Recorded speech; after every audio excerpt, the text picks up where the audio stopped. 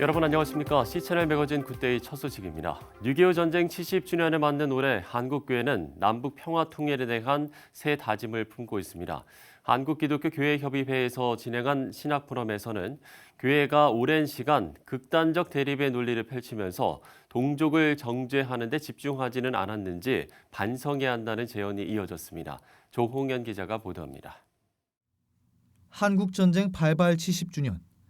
아물지 않은 상처를 덮어두고 지금까지 걸어왔던 한민족은 아직 남북한 대치를 거듭하면서 가까워지지 않는 평행길을 걷고 있습니다.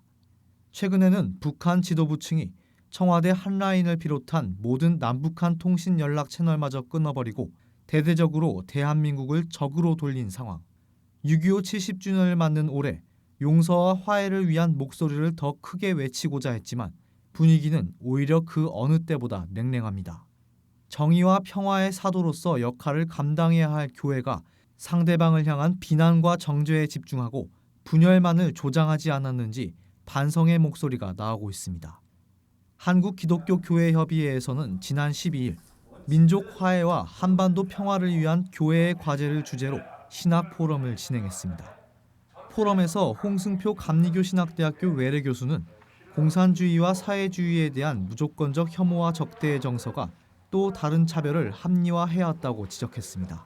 홍 교수는 공산주의에 대한 이해를 통해 우리의 민주주의 체제가 더 우월하다는 것을 가르치는 승공 교육이 필요했다면서 교회는 지금까지 맹목적인 반공만을 강조해 물신주의와 정교 유착, 교회 분열 등의 많은 부작용을 낳았다고 덧붙였습니다. 한국전쟁에 반공주의가 신앙화되면서 바로 말게이로 표된 그 차별적 언어 이런 것들이 이후에 현대사회 한국교회의 다양한 차별을 합리화, 확대 재생산하는 근거이자 메커니즘이 되었습니다. 그래서 이런 것들이 오늘 현대 한국교회 극복해야 될 과제가 아닐까. 교회는 다시 어떤 길로 나아가야 할까? 김희연 한국기독교장로회 평화공동체운동본부 집행위원장은 용서와 화해, 평화운동의 지역화를 이루는 것이 교회의 소명이라면서 기독교의 화해통일운동이 상층 지도부의 운동보다는 평신도들과 작은 교회까지 주체가 될 수 있는 운동 방식이 필요하다고 밝혔습니다. 김희연 위원장은 해외 선교에 쏟았던 관심을 한반도 선교를 위해 일정 부분 전환하자면서 도시와 농촌 교회 간의 협력적 시너지가 발휘될 수 있는 시스템을 강조했습니다. 여전히 우리가 돈이 주도하는 산업문명에 편승해서 그렇게 목숨이나 연명하는 길을 마치 예수의 길이라고 할 수 없다면 어떻게 해서든지 새로운 영성과 성장력을 불러내야 하지 않겠는가. 코로나19의 대유행으로 대대적인 변화가 요구되고 있는 시대. 남북의 화해와 평화를 위해서는 근본적인 방식의 전환과 함께 한국교회의 국내외 선교 전략이 필요하다는 제언이 이어집니다. C채널 뉴스 조홍현입니다. C채널 방송과 월드비전이 함께하는 희망터치, 코로나19로부터 아이들을 지켜주세요 편이 오는 19일에 방영됩니다. 이번 방송에서는 코로나19 사태로 큰 어려움에 처한 아프리카의 상황을 조명하는데요. 한국교회 많은 관심과 기도가 필요해 보입니다. 변현준 기자입니다. 다른 대륙보다는 비교적 늦었지만 코로나19 감염 확산 속도가 빠르게 증가하고 있는 아프리카. C채널 방송과 월드비전이 함께하는 이번 희망터치에서는 코로나19 사태로 큰 어려움에 처한 아프리카의 상황을 조명합니다. 이건영 인천 제2교회 담임 목사와 차윤아 아나운서가 진행하는 이번 방송에는 희망터치 케냐 편에 출연했던 강릉 중앙감리교회 이철 목사와 탄자니아 편에 출연했던 찬양사역자 시와그림의 김정성 목사가 함께합니다. 지난 2017년 희망터치를 통해 케냐를 방문했던 이철 목사는 아프리카의 열악한 지역은 하루에 한 끼조차 제대로 먹기 힘든 상황이라고 말했습니다. 이철 목사는 이어 적은 액수의 후원도 아프리카로 건너가면 생명을 살린다면서 한국교회에 더 많은 관심과 기도, 후원이 필요하다고 당부했습니다. 한 끼라도 안정적으로 먹어야 그다음에 위생도 지키고 잠자리도 지키고 하지 먹는 것 자체가 안 되니까 그 다음 얘기는 진행할 수가 없는 거죠. 돈 1,000원이 여기에서는 별 능력이 없지만 저기 아프리카로 건너가면 사람을 살려요. 긍휼의 마음을 갖고 적은 액수라도 동참해 주셔서 실제적으로 도움을 줄 수 있었으면 좋겠습니다. 지난해 희망터치를 통해 탄자니아에 다녀온 시와 그림 김정성 목사는 작은 후원들이 모여 마을에 우물이 만들어지고 그 우물은 생명의 샘이 된다고 강조했습니다. 이어 우리나라 또한 코로나19 사태로 어려운 상황이지만 힘들 때 건네는 도움의 손길은 하나님께서 분명히 갚아주실 것이라고 말했습니다. 여러 명이 모이면요, 그 마을에 우물이 생기더라고요. 네. 그래서 그 우물을 먹고 마을이 살아나고 생명이 살아나더라고요. 어려울 때 하나님 앞에 드리는 그 손길과 그 마음은 하나님 반드시 갚아주실 거라고 믿거든요. 아멘. 불쌍히 여기는 마음으로 함께 해주셨으면 좋겠고, 그 손길은 반드시 또 하나님 축복하신다는 걸 기억하셨으면 좋겠습니다. 이날 방송에서는 이외에도 에티오피아, 우간다와의 현장 연결을 통해 각 지역의 상황과 사역의 어려움, 필요한 도움 등에 대해 이야기할 예정입니다. C채널 방송과 월드비전이 함께하는 희망터치 코로나19로부터 아이들을 지켜주세요 편은 오는 6월 19일 금요일 오전 10시에 C채널 방송과 C채널 유튜브를 통해 시청할 수 있습니다. C채널 뉴스 변현준입니다.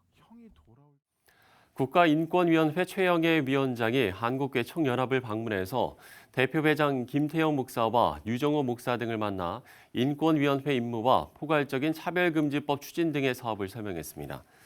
최영애 위원장은 기독교에서 차별금지법 추진에 대해 우려하는 것을 알고 있다면서 그 우려의 지점을 충분히 경청하기 위해 왔다고 밝혔습니다. 김태형 대표회장은 차별금지법이 개별적 차별금지법에 따른 차별금지를 넘어서 결국 성소수자를 염두에 두고 추진하는 특별법이라면서 인권을 침해하는 역차별을 가져와 오히려 보편적 인권 정책에 역행하는 거라고 지적했습니다. 소강석 사회정책위원장은 서구 사회가 문화 막시즘의 황혼기에 후회하고 있는 동성애 정책을 뒤따를 이유가 있을까 물으면서 포괄적 차별금지법은 한국교회 전체가 반대하고 있어 잠시 멈춰서서 국민들의 진솔한 의견을 듣길 바란다고 당부했습니다. 이에 대해서 최영애 위원장은 교계의 입장을 잘 들었다. 앞으로도 계속 대화하면서 접점을 찾아보도록 노력하겠다고 밝혔습니다. 6.25 전쟁 70주년을 맞아서 대규모 행사로 계획되고 있었던 엑스플로 2020 통일선교대회가 코로나19 상황으로 축소해 진행될 예정입니다. 6월 25일 오후 6시 25분 경기도 파주 임진각 평화누리에서 개최될 이번 엑스플로 2020 대회는 최소 인원만 현장에 참석한 채 유튜브 등 인터넷을 통해 전 세계로 대회를 생중계하기로 결정했습니다. 박성민 CCC 공동대회장은 현장에 더 함께 모이지는 못하지만 온라인을 통해서 전 세계로 더 많은 사람들이 참석한다는 것에 오히려 긍정적이라면서 하나님께서 원하시는 대로 모든 게 진행될 거라고 밝혔습니다. 주요 하나 되게 하소서란 주제로 3부에 걸쳐 진행되는 이날 대회에서는 찬양 사역자 고영원의 부흥한국과 가수 조성모 등이 함께 참여할 예정입니다. 예수교 대한선교교회 소속인 신월동교회 단기선교팀이 지난 8일부터 4일간 전라남도 지역교회를 방문해서 코로나19로 겪는 어려움을 위로하고 교회 건물 보수 공사를 펼쳤습니다. 다양한 건축 전문가들 21명으로 조직된 선교팀은 무안군 운남제일교회 사택 내부를 도색하고 필름 난방과 도배, 장판을 새로 깔거나 강단 음향과 영상시설을 새로 교체하는 등 낙후된 교회 시설을 복구하기 위해서 구슬땀을 흘렸습니다. 경기도가 최근 대북 전단 살포 행위에 체포나 처벌을 하겠다면서 범죄로 간주한 것에 대해서 한국 순교자의 소리가 유감과 반대의 뜻을 밝혔습니다. 한국 순교자의 소리 대표 에릭 폴리 목사는 지난 15년간 정부와 긴밀한 협력 속에 성경을 담아 보내는 풍선 사역을 이어봤다면서 당국의 협력으로 지속해온 풍선 사역을 평화와 안전을 위협하는 불법 행위로 규정한 처사에 비통함을 느낀다고 밝혔습니다. 에릭 폴리 목사는 정부를 위해 일하는 사람의 말뿐 아니라 수년간 책임감 있게 행동해온 비영리 단체들과 시민의 말도 경청해달라고 밝혔습니다. 또 북한 선교에 대한 순교자의 소리의 지원은 계속될 것이고 신실함의 대가로 정부가 우리에게 내리는 어떤 처벌도 기쁜 마음으로 기꺼이 감당할 거라고 순교자의 소리 측은 전했습니다.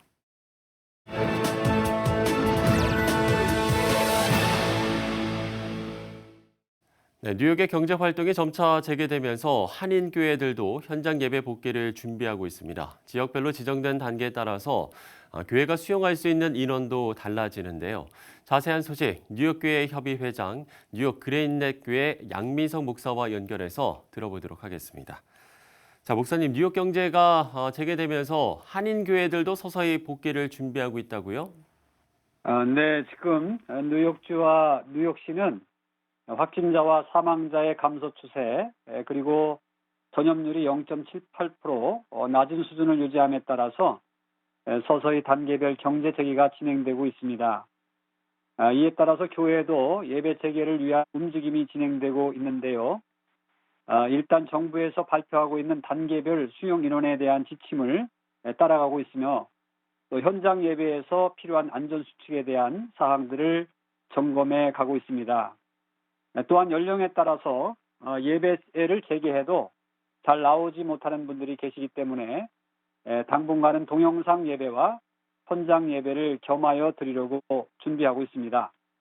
한 가지 예배 재개를 앞두고 여전히 손소독제라든가 마스크 등을 구입하는 데 어려움이 있어서 조금 걱정이 되는 면도 있습니다. 네, 지역마다 경제 재개 일정도 다르고 또 예배를 준비하는 과정도 다르다고요? 네, 뉴욕은 뉴욕시와 뉴욕주로 나누어져서 지역별 재개가 조금씩 차이를 보이고 있습니다. 뉴욕시는 인구 밀도와 활동 영역을 고려하여서 6월 8일 월요일이 돼서야 1단계에 들어갔고요. 22일 월요일 날 2단계로 진입할 예정입니다.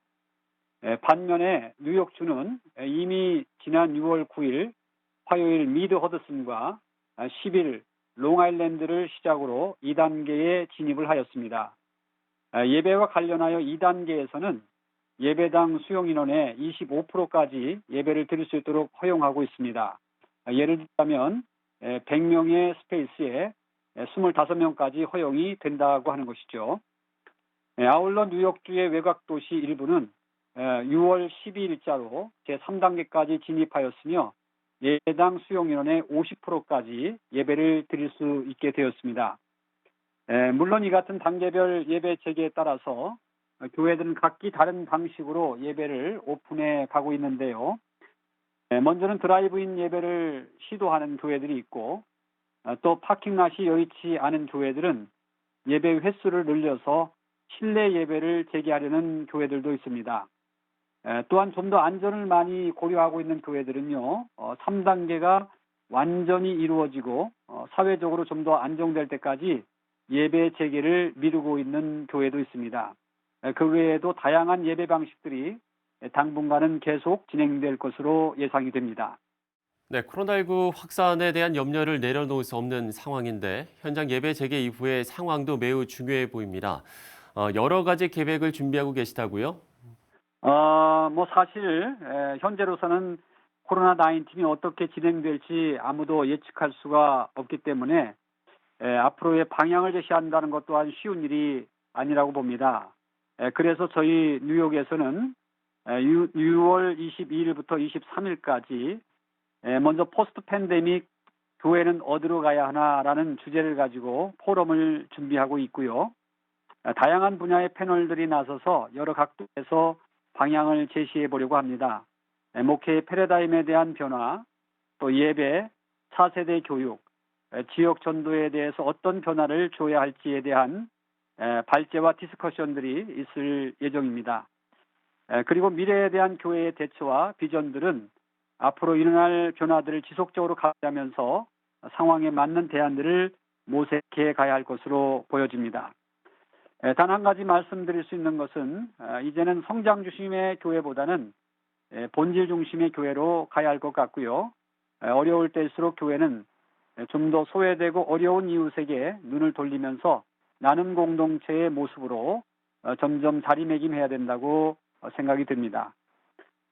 사실 기독교의 역사를 보면 22세기 로마에 있었던 천연두, 또 3세기 카르타고에 있었던 홍역, 14세기에서 15세기에 유럽 전역을 휩쓸었던 패스트, 19세기 영국에 있었던 콜레라 등 전염병이 지나간 직후에 교회는 더 많은 사람들이 모여왔고 성장했던 것을 봅니다. 이유는 어려운 시기에 더욱 헌신적으로 이웃을 돌보며 주님의 사랑을 실천한 결과였던 것이죠. 아무쪼록 팬데믹이 하나님의 은혜 가운데 속히 종식되기를 기도하면서 모든 교회들이 더욱 믿음과 용기를 갖고 사랑의 등불을 켜나가기를 간절히 기원하고 있습니다. 네, 코로나19와 인종차별 시위 등으로 한인 사회까지 어려움이 가중됐는데 모든 상황들이 나아지고 무엇보다 다시 열리는 예배를 통해서 온전한 회복이 일어나기를 저희도 함께 기도하겠습니다. 뉴욕 그레인넷 교회 양민석 목사와 이야기를 나눠봤습니다.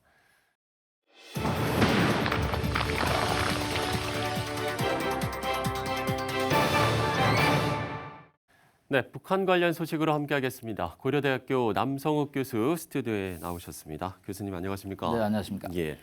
자, 그야말로 이전과는 다른 모습의 김여정 제1부부장이 등장한 것 같습니다. 지금 뭐 매일 이렇게 수위를 상당히 높이고 있는 상황인데 무력 대응까지 이야기를 꺼냈어요.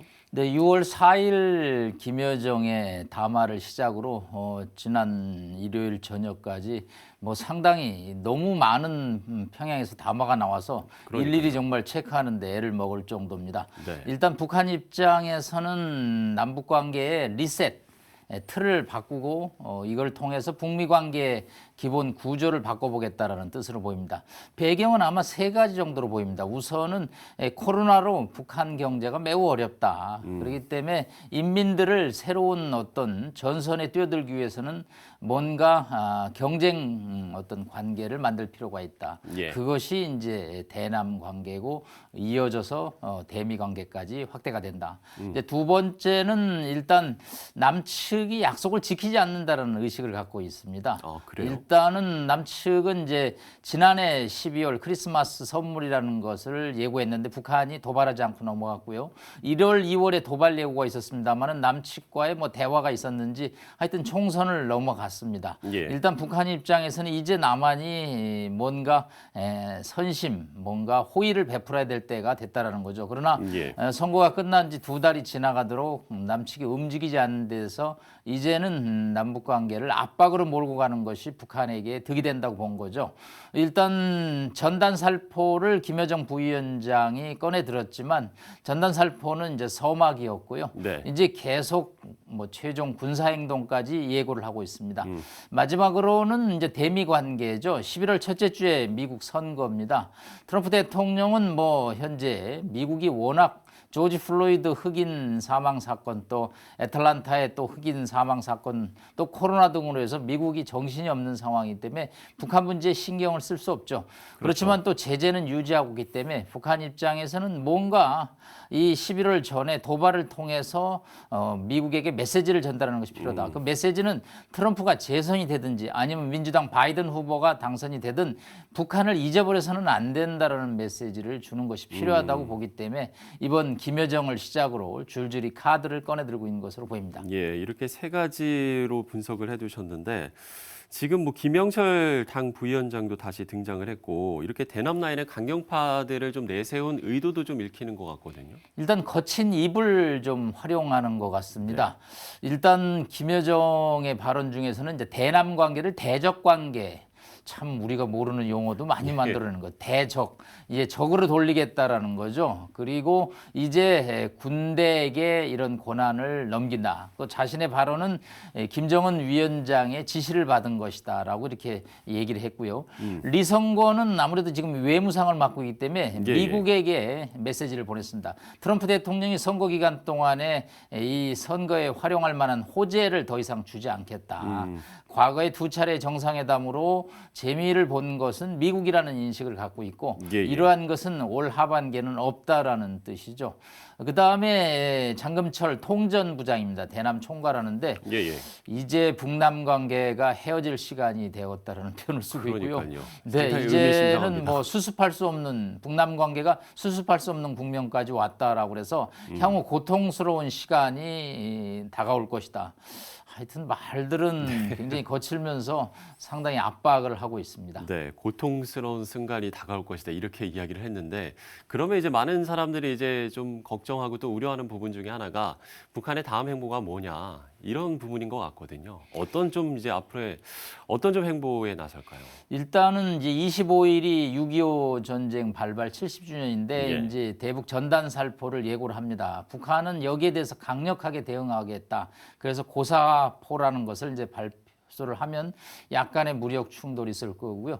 그 다음에 개성에 있는 남북 연락사무소 건물이 있습니다. 이게 우리나라에서 한 100억 들여서 지은 건데 뭐 이거를 뭐 폭파하겠다라는 등 메시지를 또 보내고 있고요. 예. 최종적으로 이제 NLL 또 비무장지대에서 군사적인 도발을 배제할 수 없겠습니다.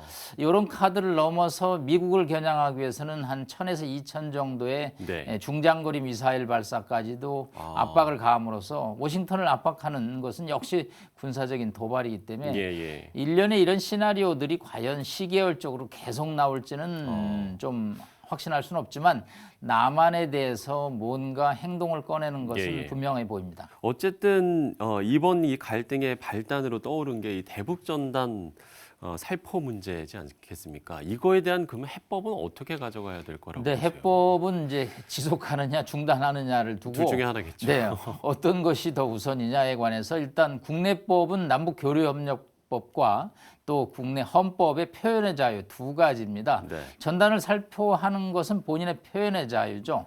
그런데 이제 정부가 내세우는 것은 9.19 남북 군사합의는 국제관계에 따른 합의죠. 이제 국제법이 우선하느냐, 국내법이 우선하느냐, 이제 이런 양측의 주장이 충돌하고 있는데 사실은 이 문제는 뭐 법리상으로 판단하기는 상당히 어렵고요. 예. 가장 예민한 해법은 이걸 통해서 비무장지대에 군사적인 충돌이 나는 것은 좀 바람직스럽지 않고요. 그렇지만 또 북한 주민들에게 정확한 어떤 정보를 전달하는 뭐 그런 것은 또 북한의 민주주의와 뭐 어떤 개혁 개방을 위해서 또 바람직한 측면도 있기 때문에 이것은 정부가 이런 단체들과 협의를 통해서 문제점과 대안을 제시하는 게 낫지. 이것이 남북교류협력 위반이다, 고발한다, 또 뭐 헌법상의 표현의 자유 우선이다, 국제법 우선이다. 이런 법리상의 논리는 조금 지금으로서는 적절치 않다고 봅니다. 네. 어쨌든 대북 관계에 대해서 다시 한번 좀 시험대에 오른 것 같습니다. 글쎄요, 이 한반도의 지금 이런 상황에 어떤 탈출구가 있을까요? 어떤 외교적 좀 해법이 사실은 있을까요? 뭐 6월 15일은 6.15 공동선언 20주년이고 또 그렇죠. 6월 25일은 한국전쟁 발발 70주년이라 한반도의 국제 정세가 아주 소용돌이 쳤던 하나의 계절이기도 합니다. 그런데 6월 4일 김여정의 담화를 시작으로 다시 한번 소용돌이에 치고 있습니다.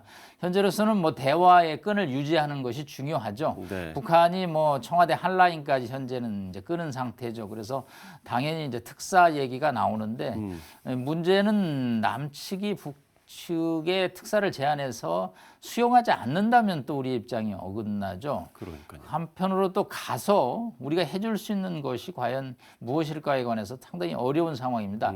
현재는 대북 제재가 지속되고 있기 때문에 무엇을 주는 것이 현금이 됐든 물자가 됐든 쉽지는 않은 상황이거든요. 그렇죠. 다만 제 개인적으로 지금 북한이 코로나 대응을 위해서 북한의 평양 종합병원 20층짜리 2개 동을 짓고 있는데 예. 거기에 뭐 인도적 차원에서 의료 물자를 좀 지원함으로써 남북이 좀 긴장을 가라앉히고 서로 대화의 소통의 채널을 유지하는 것이 필요합니다.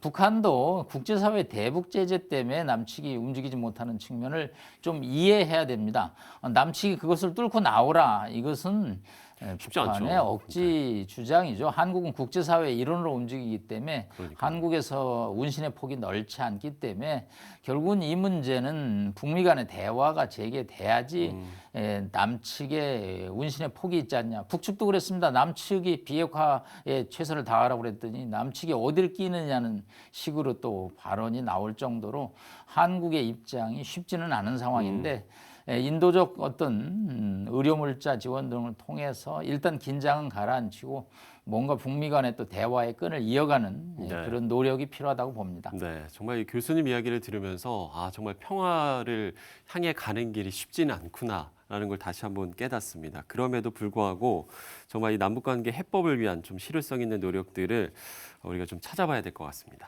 네, 고려대학교 남성욱 교수와 이야기를 나눠봤습니다. 오늘 말씀 고맙습니다. 고맙습니다. 한국기독교교회협의회가 6.25 전쟁 70주년을 맞아서 신약 포럼을 진행했습니다. 국가인권위원회 최영애 위원장이 한국교회 총연합을 방문해서 인권위원회 임무와 포괄적 차별금지법 추진 등의 사업을 설명했습니다. 엑스플로 2020 통일선교대회가 코로나19 사태로 행사를 대폭 축소하고 대회는 오는 25일 온라인으로 생중계됩니다. C채널 방송과 월드비전이 함께하는 프로그램 희망터치가 코로나19로 도움이 절실한 아프리카 국가들의 상황을 담아서 오는 19일에 방영합니다.